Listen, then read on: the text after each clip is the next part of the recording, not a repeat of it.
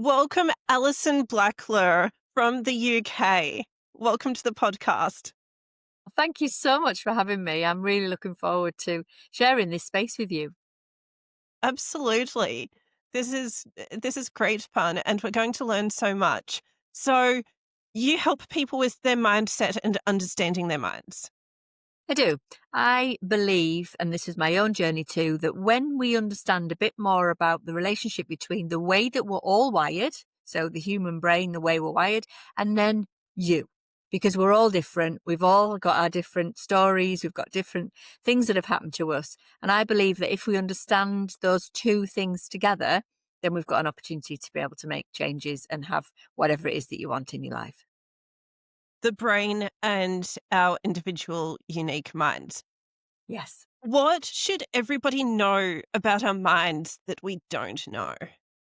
It's a brilliant question because we all know that we're all different. So we constantly talk about how different we are. We look different. We have lots of different things, and yet we expect to process things similarly. So we're shocked when somebody has a different response, or we don't behave in a way that somebody's expecting us to do, depending on which way we're looking at it. And I think the first thing is to remember we really, really are all different.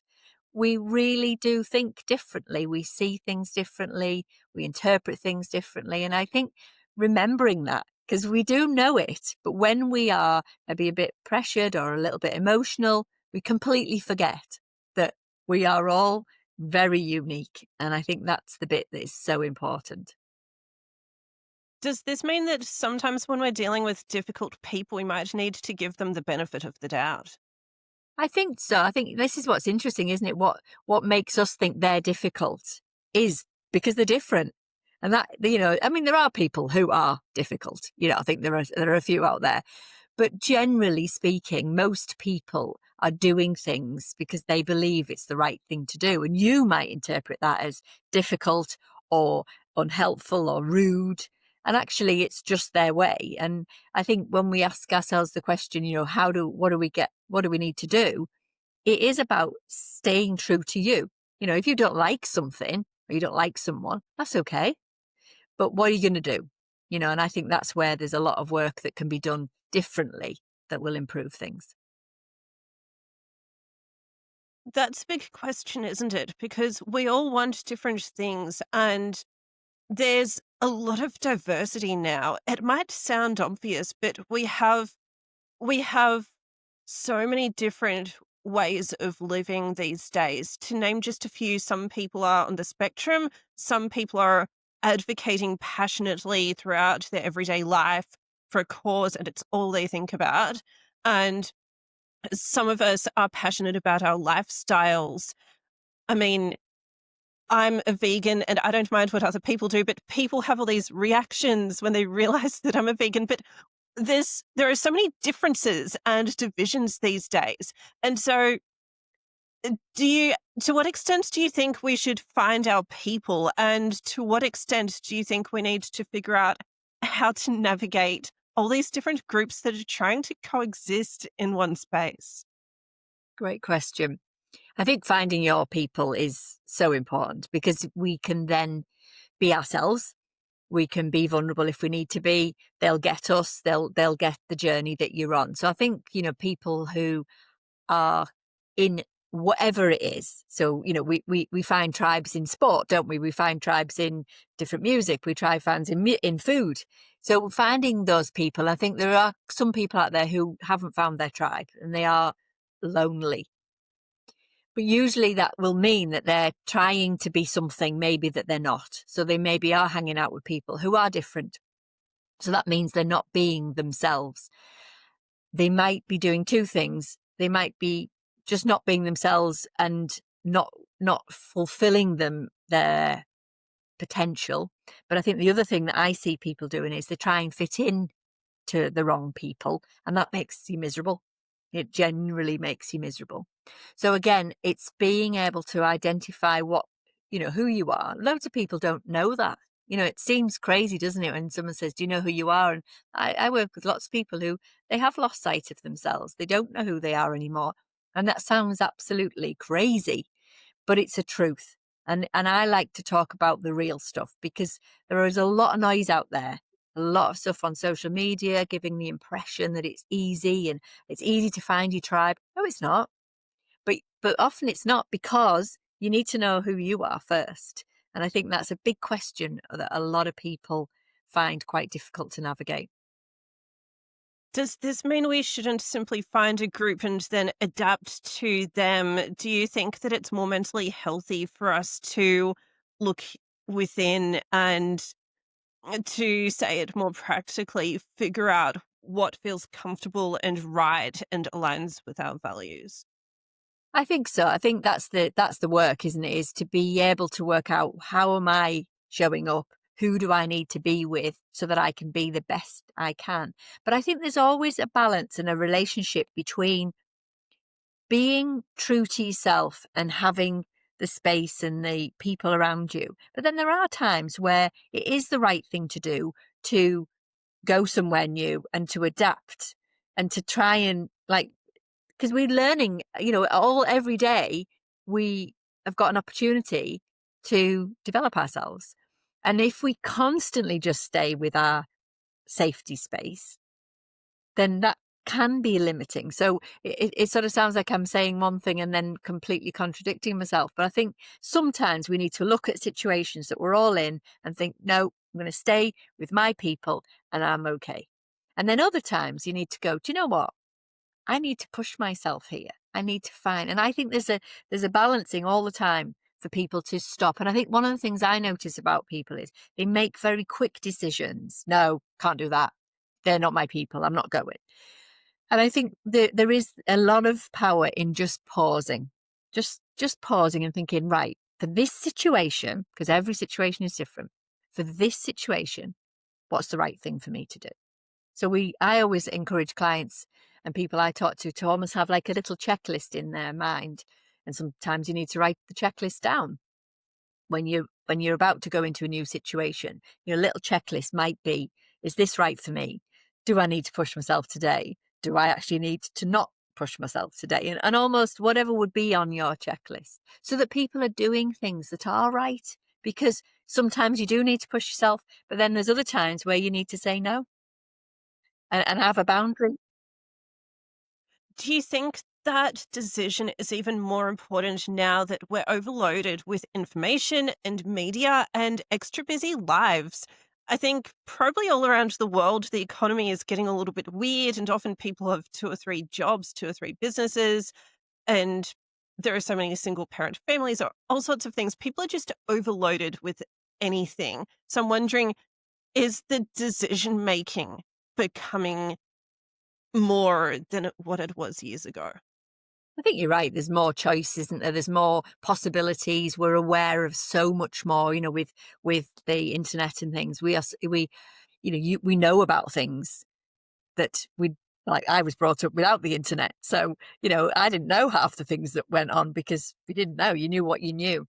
So I think you're right that there is a lot more possibilities, a lot more to navigate.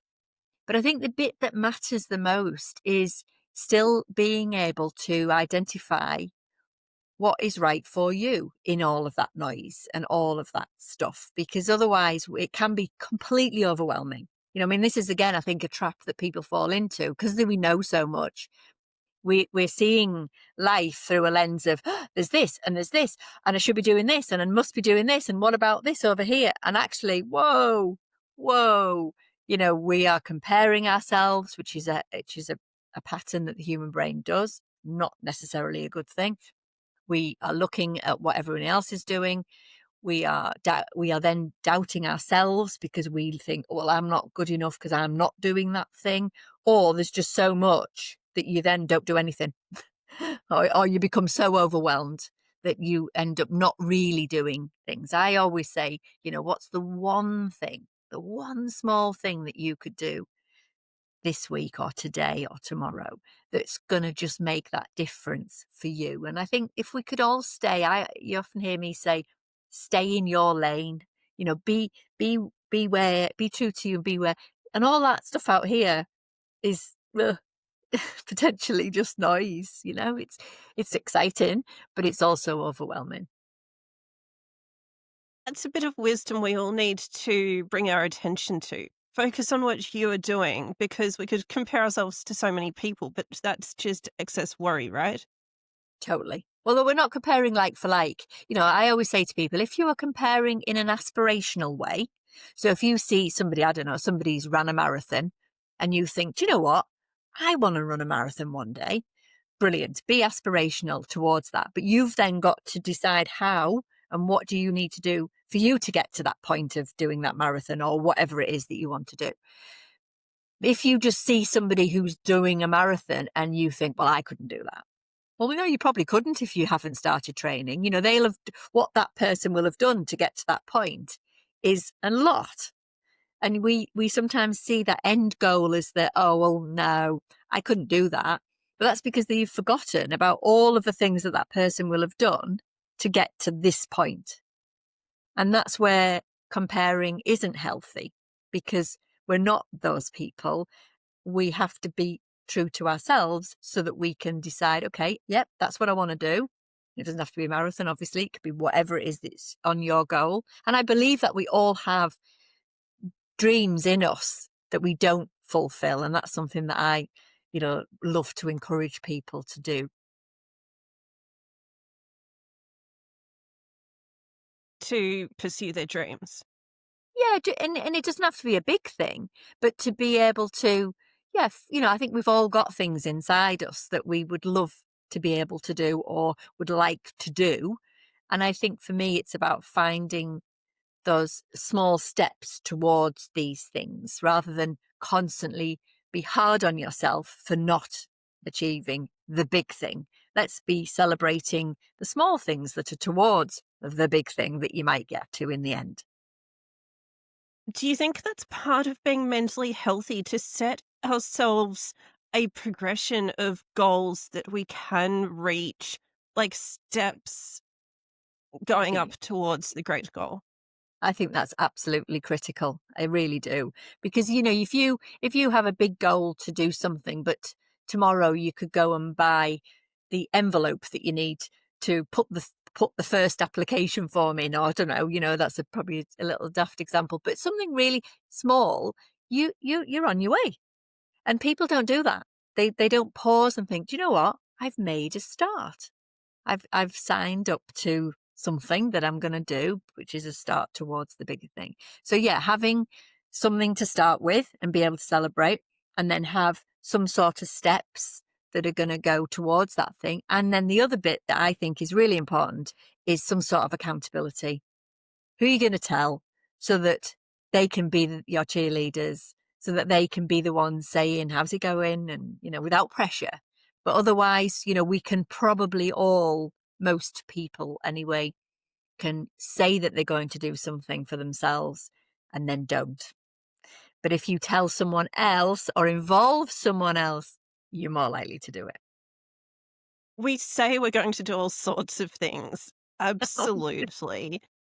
We do. Years ago, I heard the silly phrase that that sort of person is a gonna do this, gonna do that, gonna do that.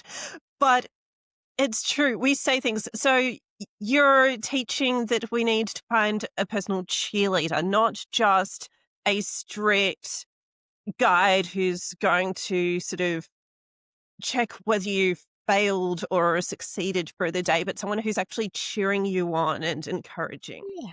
Somebody who's invested with you, who's going to help you, and hold you if a step in your plan doesn't quite work out. You need somebody who's got, because generally, lot of us will be very hard on ourselves there, but you need somebody who's going to say, hey, but you've managed this bit. What's next? Come on, what's next?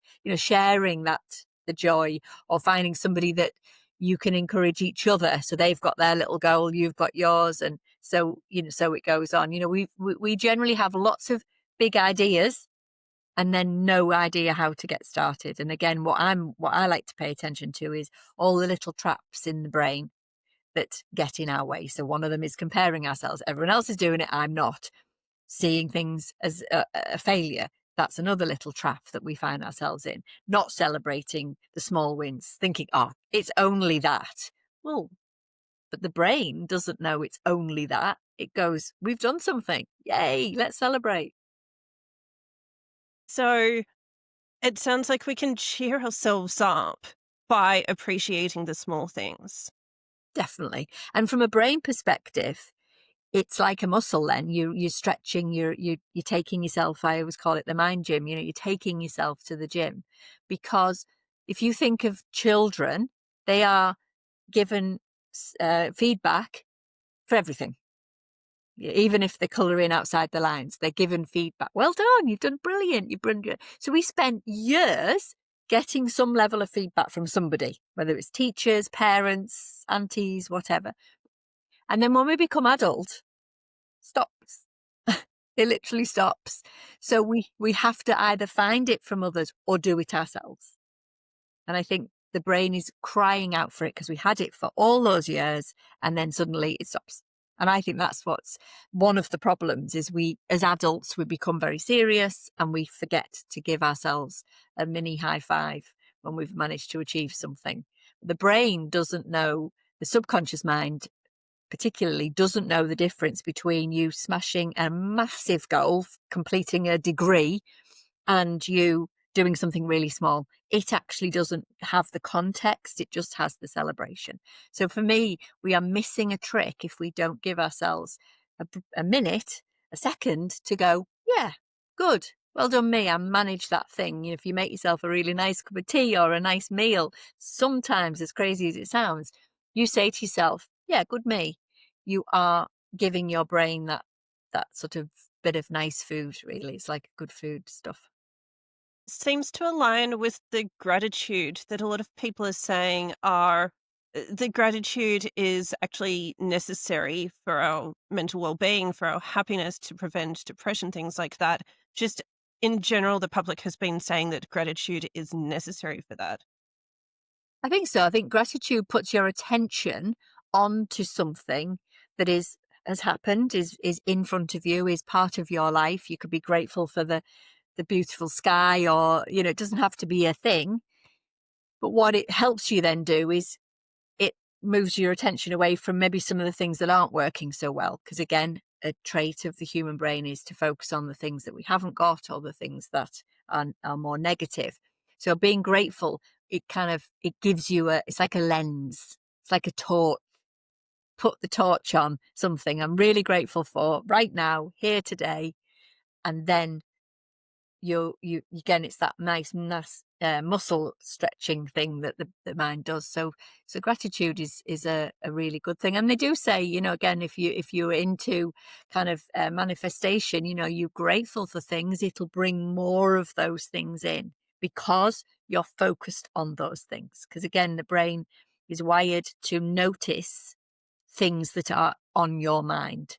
So I always use the example, if you are moving house, you're looking to sell your house, you will suddenly see all the for sale signs. And they were Yes. always there. In marketing courses, we're taught that people notice a food advertisement when they are hungry more than when they're not. There you So go. it sounds like the same thing applies for when you want something, you see it more. You do. You'll see more opportunities. You'll see, if you put again, when you talk about setting your goals, setting an intention that you'd like to do something, you'd like to run a marathon, let's say, and then suddenly you'll see a sign for a running group or you'll see something that's connected to it. They were always there, but we can only notice so many things. So for me, when we get really clear on what it is that we were hoping to achieve, suddenly this stuff that just seems to be like, oh, and people say, wow, I'm really shocked. It's a thing.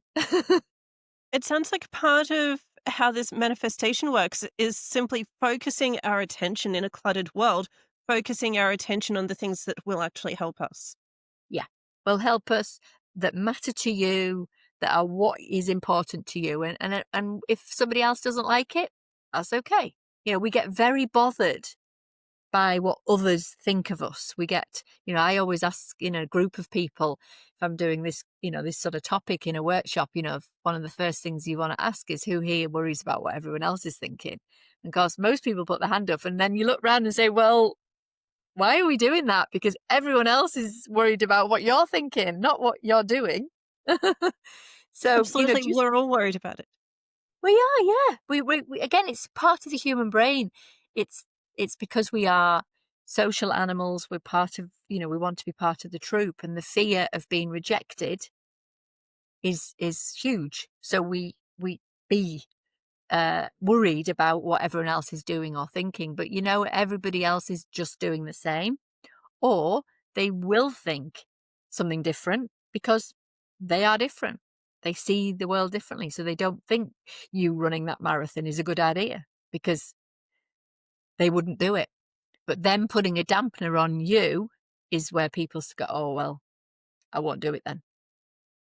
And then I'm always interested in what happens then to your inner kind of joy. Is it there now? Because you're not doing your thing. That really happens. We make decisions based on the opinions of people who are living completely different lives. They don't have the same path moving forward. They don't have the same future or the past experiences to use as a frame of reference. So, That's do you right. think that we're basing our decisions on people who don't have the information they need to even accurately advise us? 100%. And I think when you think about generations and families, your grandma or your auntie or your parents of an adult might say, oh, no, I don't think, it's not a good idea to do that. Now, it might not be. You might be going to go and do something that is a bit crazy. But actually, their reference, their model of the world is that they could not possibly see themselves. So they then put their worry for you on to you. And actually, it's for you to be able to go, this is right for me. This is what I need to do. When I used to work in the National Health Service here in the UK for 20 plus years. So I had a permanent post and a pension and security. And What did you do 15 over there? So I was a therapist mainly. I worked as a therapist in the NHS, and I worked in different specialities. So I worked in drugs and alcohol for 5 years. I worked in domestic violence for 5 years. I worked in safeguarding. There's something about 5 years. I don't know what that was all about. But I worked predominantly with people. But what I was going to say about it was when I said I was going to leave the NHS, lots of people said to me, oh, you can't do that. You can't leave your security and your safety and set up your own business. But that's because they couldn't imagine doing that. And I had to go, I'm doing it. I'm doing it. And it was the biggest thing I've ever done. Actually feel like this conversation is fate. I'm so Oh, glad to be hearing that part of your story. brilliant. Yeah, there was lots of people who said, don't do it. I think that story, I do want to know how long ago that happened, but I wanted to really point out that these days a lot of people are wondering should they do something independent, especially in this economy where people have also a lot more technology and they wanted to try different things, experiment, see what could be created in a new way instead of just following a large entity or following an institution. So, what made you exit an a large organization? What made you step away from the norm, the security, the perceived security? And also but also how long ago was that? So it was 15 years ago. So a long time ago now. I definitely, I was laughing with somebody yesterday to say I'm probably unemployable now. I don't think I've been doing my own thing for far too long now. But I know as you said, there's lots of people out there who fear and have a lot of doubt about could I do it? And I can honestly say if I look back to what I did do, you can. I think that's my message is you can. Yes, there's things you need to work out and put in place. But I think the biggest thing for me was just having the belief in myself that I was going to make it happen. Because the big difference that I noticed about being self-employed compared to being employed is you are in charge. So you decide. You yes, you probably work a lot more hours, but you're doing it because it's your thing, your passion. You are able to pivot, you're able to change things. You know, if something doesn't work, as long as you don't, be too hard on yourself, you can think, right, okay, I can try this. You're open to other opportunities and possibilities. So I know that, there are probably people who might listen to this and think, oh, financially I just can't do it. I know that's a massive big step. And there was times in my past where I was a bit like, oh, what am I going to do? But if you home in on that before you leave and do the leap, you won't do it. But if you stay with I'm following my passion and I'm going to do it, it's amazing how you find ways to do that. And the other thing that I did do, just as for the full story, is I did reduce my hours first. So that was my first thing. I did, instead of doing 5 days, I did 4 days for the NHS, so that I had 3 days, because obviously I was working the weekend then, to develop what I had. And then that almost was the gate then, because I was like, okay, I really want to do this now. And I think the other thing for me personally was, while in NHS here is incredible, and we are very lucky to have it, it's changed a lot. And in my 24 years, it wasn't the same anymore. It was different, and I was struggling a little bit with my values, because um the opportunity to make the difference was changing because of some of the How? limitation. So some of the limitations within the NHS, for example, if you came for therapy, you would be allowed 6 sessions, and that was that. And that really isn't enough for some people. So I felt like I was part of something that wasn't quite working. And actually now, in those 15 years, it's like changed a million times over again. So I'm glad I'm not in there anymore. But, I obviously am a big advocate still for it. So I think, people often talk about their values being affected by the behaviors, maybe in a business or in the organization that you work for. And I think, again, piece of work is to get clear on what your values are, because then you can pay attention to, when you feel good, it's because you're fulfilling them, and when you're not feeling good, it's because they're probably being neglected or even violated, by a business or by the people around you. I really am curious. Firstly, I want to ask about the work that you do now, but first, you mentioned having worked in the addiction area and with people who struggled with addiction. And I'm really curious about the mindset of people who are overcoming any sort of addiction, because there are the obvious ones, the substances, but we hear these days about people being addicted to devices or being a workaholic or all sorts of things. What's your perspective on that? I think there are. I mean, as you say, my experience was in drugs and alcohol, so I was predominantly working with heroin users. So there is the physical side of some addictions. But I think the thing with addictions usually, and this is a very generalization comment, there's usually something that isn't working for them internally. So there's something they're unhappy about, they've got deep trauma, they've got something that is uh, unresolved, and then having a behavior that they can do is a distraction, is a helpful, it becomes almost a protective piece that you then do. I'm doing this, and that means I don't have to then deal with this. So sometimes we end up getting hooked on things because they are sort of serving us. They're serving the mind. They're giving us comfort. They're giving us fun. They're giving us safety. They're helping. But it usually means, and I can say this is a very broad description, but it usually means that there's something that isn't, if people go shopping, get addicted to shopping, there's something that it's filling the gap. Filling a void. It's filling some sort of a void which hasn't been processed or hasn't been dealt with. So it's either an avoidance, a distraction, or a kind of filling, the void. That's usually why we get, because we've all got things that we like do regularly that are almost, I can't do it without. But what I'm always interested in is what are the unhealthy.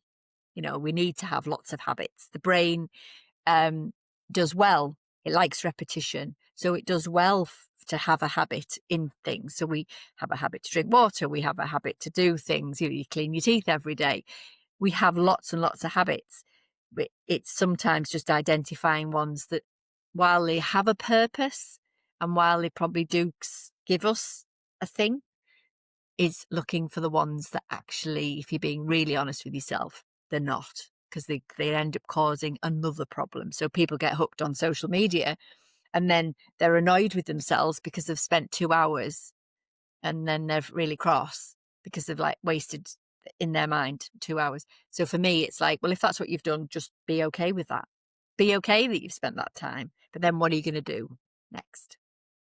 So make peace with the decision that was made previously and then simply live differently moving forward instead of I guess, shame or something like that. Is that what Really? happens? Yeah. I mean, whatever your addiction is, it for me, we need to start with being okay with whatever it is. Be kinder to yourself, because otherwise you do the thing and then you're annoyed and then you're upset with yourself. Then you feel the shame. Then you feel the guilt. Then you feel frustrated. Then you feel overwhelmed because you've wasted all this time, or you've spent all this money, or you've done all this, whatever. For me, it's whatever it is. Stop. Think about what you're doing. Be kinder. We all need to be kinder. I said something yesterday about when we are unkind to ourselves. If we spoke for a lot of people, if you spoke to your friends the way that you speak to yourself, you would have no friends. One line is something that we need to keep in mind. And I'm ready to pivot a little bit because you also mentioned how you worked with domestic violence. And I just want to visit that very, very briefly because I'm going to assume that a lot of people end up in a situation, maybe they gradually developed a situation over time, and then do they end up feeling stuck? Do they wonder, how could life be different? What did you see in terms of people being in a life that they couldn't keep tolerating, and how did they dig themselves out of the hole? So for a lot of people, again, it's a little bit like the addiction. We end up in situations, so that might be relationships, that can be friendships, that can be all sorts of things that are, again, filling something. So if we think about a relationship and we think about we get involved with somebody and they make us feel great and it's all going fantastic, and you feel loved and it feels fantastic because you maybe not doing. And the first thing to say here is, often when starts going wrong, it's because you're not doing it for yourself. So you're not doing self-love. So you're hoping that somebody else is going to fill that gap. And of course, the minute you put the pressure or the emphasis on somebody else making you feel, when I hear people say, oh, he makes me feel happy, that's yes, of course people do things and that makes us feel good, but if you're relying on that, so usually relationships start going wrong when somebody is trying to get something from the other person. There's a big pressure. Or in most abusive relationships, it's usually all around self confidence. People are usually insecure. The persecutors are usually insecure people in some level. They might not think they are.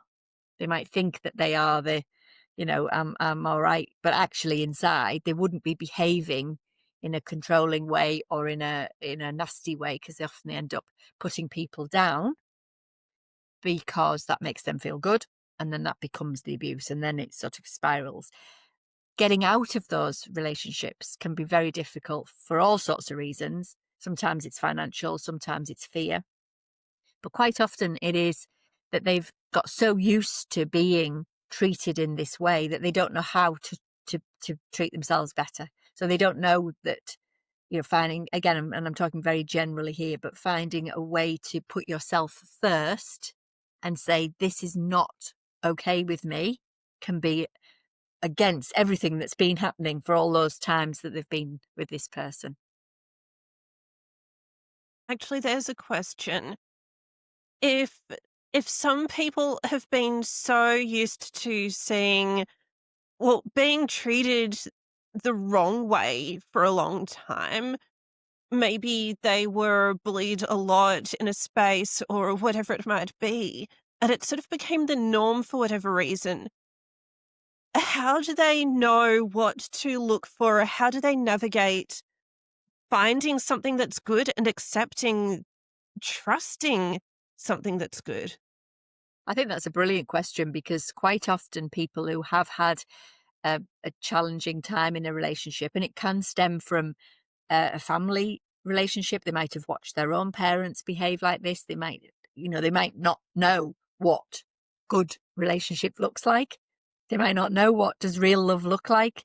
So quite often they sabotage things. So they might get out of that first relationship, then they completely sabotage the next one, which might have been quite a good relationship because they are they don't know what it they don't know how to behave and they don't know what it looks like. So I think that's a brilliant thing for people to pay attention to, is finding what what love means to you, or what a healthy relationship means to you. And that would be a journey that people would need to go on.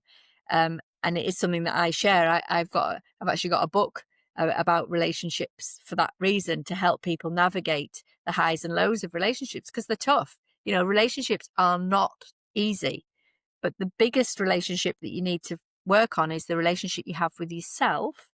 And then when you do that, you'll have a more successful relationship with someone else. And that's a friendship. But we all know that the closer the person is, the more challenging it is. And that's just, Challenging. yeah, I think that, the way we are with friends, but if you've got an intimate relationship, so the minute you are more close with somebody, it becomes more complex, partly because barriers are let down. So we tend to be more ourselves the nearer the person is. And other people, friends are a bit nearer, but then colleagues would be a bit further away. And you are less likely to be your true self. But when we are in close, sort of romantic relationships, we're much more likely to behave, not often. Most people could be honest with themselves and say how you behave in a relationship. You wouldn't let your colleagues see you be like that, stropping around or doing. We all do it. And if I always think, if you were brought up in a family, you will have been more true to who you were in the family with your siblings or your parents. You'll have been more just there yourself. And I always think that when we grow up and we become in a relationship, we almost take that from being with family to being with one person, and we are more likely to show our vulnerable side, to let things go. And that's healthy. That's the healthy side of being in an intimate relationship, is we can be ourselves and let our guard down. But when it gets unhealthy is where the behaviors are not kind or not serving us. And unfortunately, there are a lot of people do feel quite trapped. And you did say, didn't you, how they get out of it? I mean, that is a journey. It's one I would always, especially if it's quite abusive, I would always say needs to be thought through. Some people do leave a relationship, like literally they've had enough and they walk. In my professional experience, I saw a lot of that, particularly women, when they could see that enough now for their child. A lot of people's relationships will end because they cannot put their kid through that anymore. And that's right. You should do that, but it's never easy. And there's a risk always of them going back because of they're caught up in the coercive behavior that goes on. It's so complicated. And so, are you suggesting that the way we relate in our close relationships will be influenced by how we related to people growing up in our families? Yeah, quite often we can be if you think of whoever brought you up, that would be what you would think a model of a relationship was. Your mum and your dad, or whoever, whoever brought you up, whatever they did, that's without other information, that's all you've got. So then you either model that and you just become that, you just become a mini version of what they were, or like in my experience, I didn't want to be like that.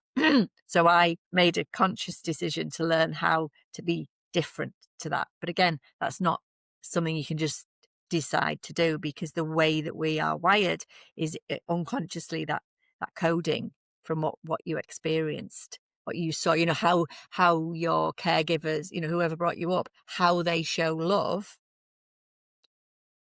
or not will become how you behave in a relationship. And then there's all sorts of other layers of how we'll all show up differently. And then of course you meet somebody else and they might be more, say you've been brought up where a lot of love wasn't shown, demonstratively shown, and then you might meet somebody who's really touchy-feely and wants to be, and you'll either go, oh, or you'll learn to kind of embrace that and maybe make some changes there. So again, for me, it's about making sure that people don't feel they have to change, but there's always an opportunity to make a change when we meet new people. And that doesn't have to be a relationship, that could just be a friend.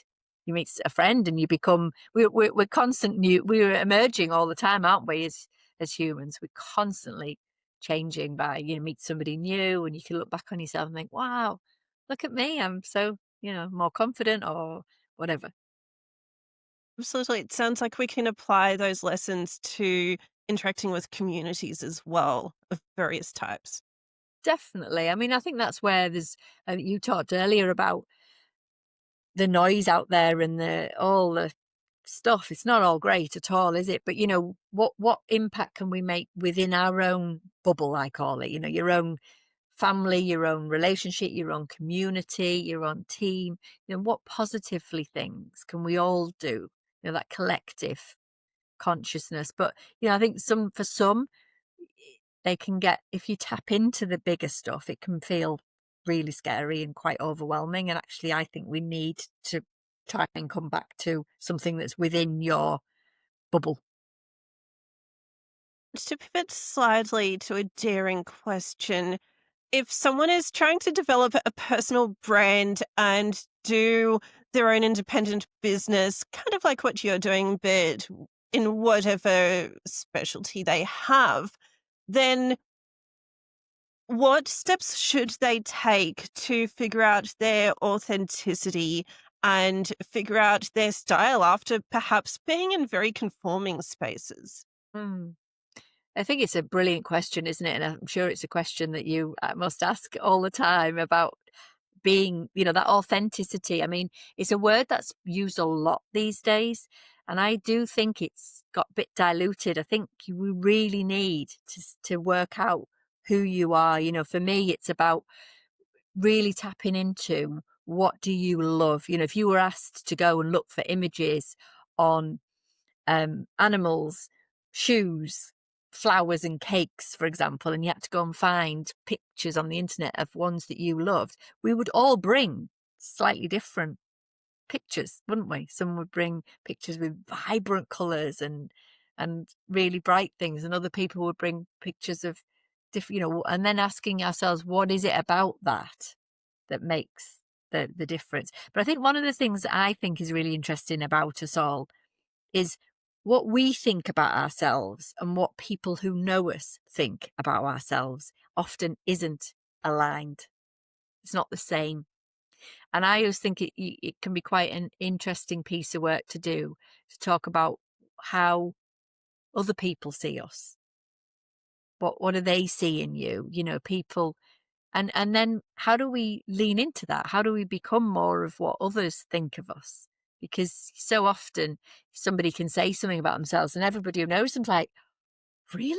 I didn't know you felt like that about yourself. Because on the outside, we can often look something. So I'm always keen to stay in our lane, be ourselves, but be curious about where your stretches are. And your stretches can often be identified by somebody else saying, This is what I see in you. And if they, and that could be part of your branding, couldn't it? Part of your visibility is to be a bit more like that. And it's a, it is. I mean, it's a big piece of work, isn't it? If people are trying to work out what it is that they need to do, but I think we all need, because I always think with marketing and things like this, if you don't show up as yourself on your marketing, so you might have an amazing brochure and it's all singing and dancing, but then you then show up and you're different to that. People are like, oh, how are they going to buy off you if they don't like see you in your marketing? Because you're going to show up. If people watch this today and then saw something very different on my stuff, they'd be like, oh, she's not the same. It doesn't I feel like, consistent. yeah, I like to be the same. I am who I am. I'm very open. You've asked me all sorts of things. That's how I am on everything that I do. So people, I think that's the biggest thing, isn't it? Is to work out what your energy, what your vibe is, what your offer is. And also the other thing that I hear a lot of people talk about is where do we make up some of the rules about what needs to go on? So for example, if we talk about social media, LinkedIn, oh, you need to be formal on there. You need to be professional. Where does it say that? I literally say, where does it say? If your business is very professional and what you offer is very professional, then go for it and show up in that way. But if it isn't, why are we trying to fit into these boxes that really aren't? Doesn't say on LinkedIn, only ever come on here if you're a professional, if you're being professional even, does it? Curious about your definition of professional there. I'm guessing you're talking about the very formal, conforming, robotic style. Yeah, like corporate. I remember when I set up my business 15 years ago, I was told you need a video that's very kind of, very professional and coming across and da, da, da. Really, really, if that's not me, there are people who need to be like that. Who, if you wanted to go to a lawyer or something like that, maybe you would want them to be very like that, because that'll help you trust them, because they are being what you think. Because that's the other thing about humans, isn't it? We make up what we think somebody should be like. We make up that a lawyer should be in this way. We make up that an accountant should be this way. We make up that a farmer should be this way. And then really, you then meet people and do they fit or not? I mean, this is something that I'm really interested in, is we make these stereotypes or these judgments that, a certain person, somebody should be a certain way. But we're also different. How does that, there are traits for sure.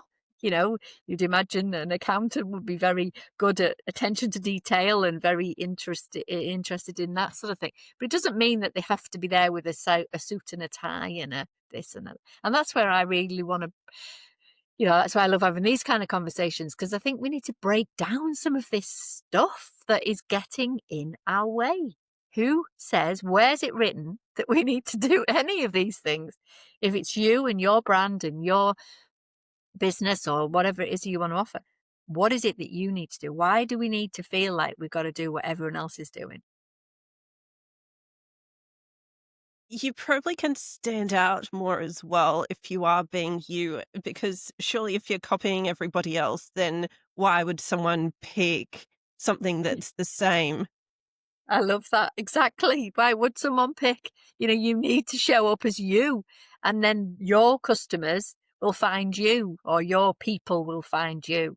They often say, don't they, when you are clear on what you are offering, then you shine the light on the people that need you, that need to hear that. Even a podcast like this, there's thousands of podcasts out there. What is it that makes people want to lean into your stuff? And that, again, is part of your marketing. Actually, that's really interesting because this podcast turned into a focus on how people who are doing interesting work can look after themselves. And I loved asking these questions with you because there are so many different ways that we need to look after ourselves. And with some other guests, it has meant, what are we going to eat? Or how are we going to be mindful? But with you, it was going to very much the basic essentials of even believing that we can do something different, believing we can change, believing we can have happy relationships. Definitely. It starts with that. It really does. And sometimes I hear myself saying or reminding people that, sometimes the best things that we can do are so simple. They are so, so simple that, I think that's where we get a bit overwhelmed with all these complex things that we think we need to do. And actually, really, if we got the real simple basics right, if we were able to set an intention for the day and be able to be happy with what we've achieved by the end of the day, we'd be so much happier. And then when we're happier, so much more happens. The little simple things. That's what it is. I've seen some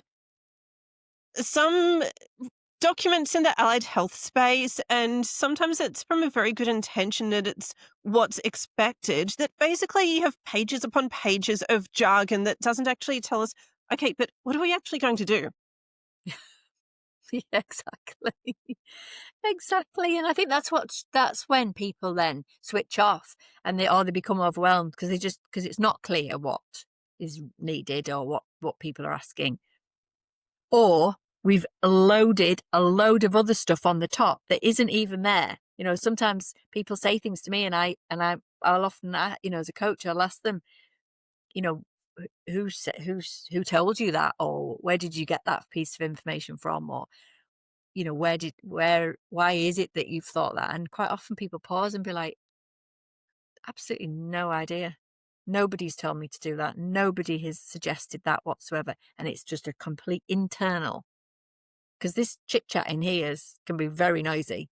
It can be giving us all sorts of, who do you think you are? What, you can't do that. What are you doing next? Nobody will be interested in buying from you, or nobody will want to watch my podcast or whatever. And that's all a load of rubbish. If we're clear on what we're doing, the right people will find us. And that's the joy of the array of stuff that's out there. Because there's some podcasts, for example, if we stick to that won't be for me and you, but that's okay, because they'll be for someone, and that's okay too. There would be so many types of podcasts, and I just listened to a few favorites, but I'm sure there are some that go for 3 hours, and I'm not going to have a 3 hour conversation as much as some of these really could have, but I feel like I need to draw the line somewhere. And you have the podcasts that are a lot more structured with a set of questions, but I love going with the flow. Yeah, That that's really me. works.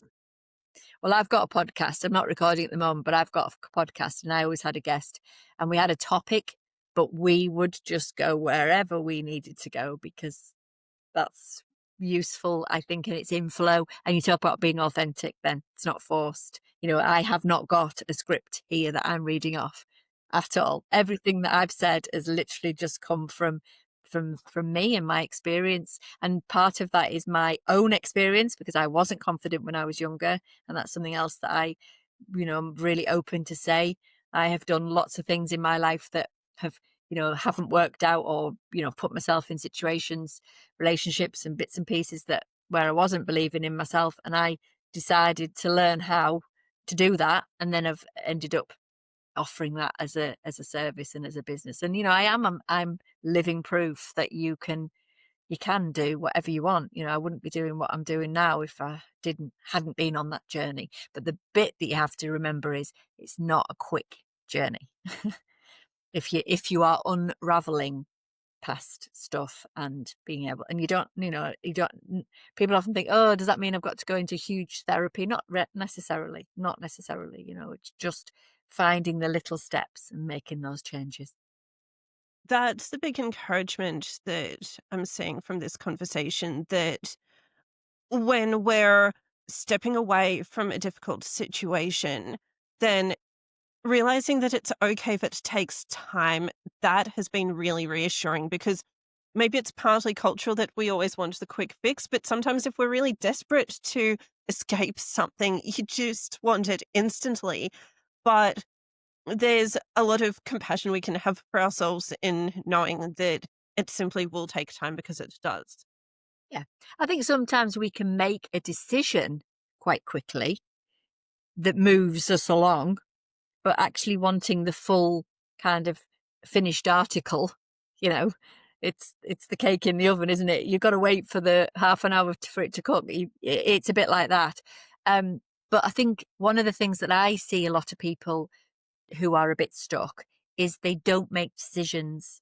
So they're disabled by the lack of decision making for all the reasons, for fear, what's everyone else think, what's everyone else doing, all the things that we've talked about, and actually just making a decision. So if there's something that someone is listening to this podcast today and they've been, whether it's procrastination or whether it's fear, if there's something that aren't making that first decision, make the decision to do, even if it's you don't know what you're going to do, but make a decision that you're going to do something different. Even if you just decide that, even if you haven't quite got what you're going to do, make a decision that today you're going to decide to make that different thing in your life. And I think be conscious of that, because so much of what happens with us all is totally out of our awareness. It's just all happening on our behalf. And for me, just being really conscious and saying, do you know what? I listened to this podcast the other day and they were saying, just decide that something is going to be different. I don't quite know how, not sure how, I feel a bit overwhelmed, but I'm just going to decide, no, enough now, or something. That in itself changes the projection of it. After the decision, I'm guessing your next step for anyone would be to take those small achievable steps, no matter what it is. Yeah. So you can either just keep making a step up as you go along, or as we said earlier, maybe it's about, okay, what might be on the step? Sometimes getting with somebody else, get with your friend, get with somebody, you can say, okay, if I wanted to achieve this, what would I need to do? I think a marathon is a great metaphor. If I wanted to run a marathon, I won't be running one tomorrow. I would have to plan, and I'd have to get fit. I'd have to do, over time. If you saw it like that, saw it as right, what would I do? So if I was going to run the marathon, I need to go and start running first of all. So I need to start running short, and I need to do that for so many days. That's why apps, there's apps out there, isn't there, that help you with things like that. You want to create something like that for your dream, whatever that might be. And it sounds like we now have a practical couple of steps of the decision and then knowing what we need to do, figuring out what we need to do. And they are the two things anyone can do in whatever metaphorical marathon they might have. Yeah, just believe. If you're passionate enough about it, I honestly believe, and it's not just sitting there hoping it's going to happen. You've still got to take action. But if you're passionate about something, find a way, find the ways to do it, because I think otherwise you will be leaving yourself without that joy. Or if there's part of it that's absolutely out of your reach at the moment, that's okay. What could be the steps to make that happen? Way. Alison, thank you so much. I can see that we have really created value here, and I want to thank you for your time. Thanks for coping with me talking after dinner time in my time zone. I know. Bless you. It's midday here in the UK, and I know you're probably getting ready to have your quiet time in the evening. So I appreciate this time together. It's been lovely. Yes, thank you so much. You're so welcome.